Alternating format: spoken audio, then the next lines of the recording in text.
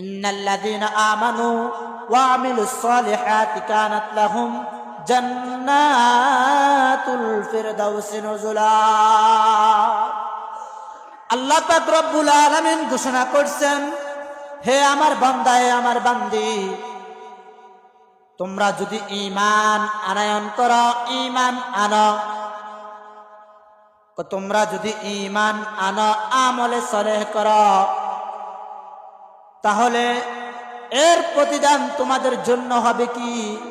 হে আমার বান্দা বান্দিগণ, তোমরা যদি ঈমান আনো, আমলে সালেহ করো, যার প্রতিদান আমি মাওলা পাকের পক্ষ থেকে তোমাদের জন্য হবে জান্নাত। ইন্নাল্লাযীনা আমানু, যারা ঈমান আনয়ন করবে, ওয়া আমিলুস সালিহ, ওয়া আমিলুস সালিহা, আমলে সালেহ করবে, নেক আমল সঞ্চয় করবে, কানাত লাহুম, তাদের জন্য রয়েছে জান্নাতুল ফিরদাউসি নুজুলা,